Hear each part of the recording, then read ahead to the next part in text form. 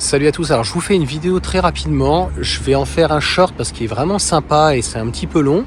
Au final, on est au niveau de Metz.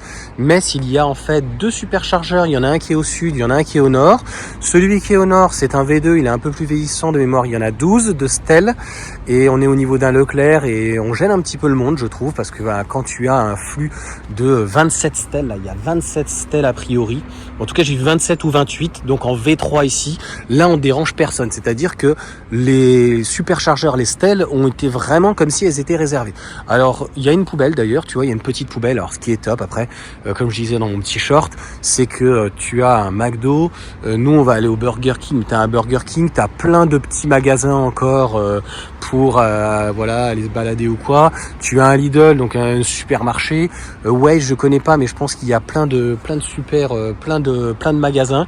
Donc plein de magasins, des supérettes, supermarchés, etc. Et puis énormément, donc il y a une brasserie un peu plus loin. Vraiment un endroit très agréable. Franchement, agréablement surpris. Il est juste à côté de l'autoroute quand on est en direction entre Nancy, on va dire en direction de la Belgique ou du Luxembourg.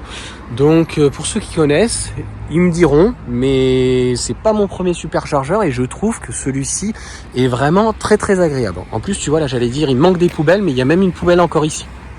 Donc qu'est-ce qui manque à cet endroit ? À la limite de pouvoir aller aux toilettes, puisque là je sais pas au niveau du contrat, mais je pense qu'on doit pouvoir aller à l'intérieur.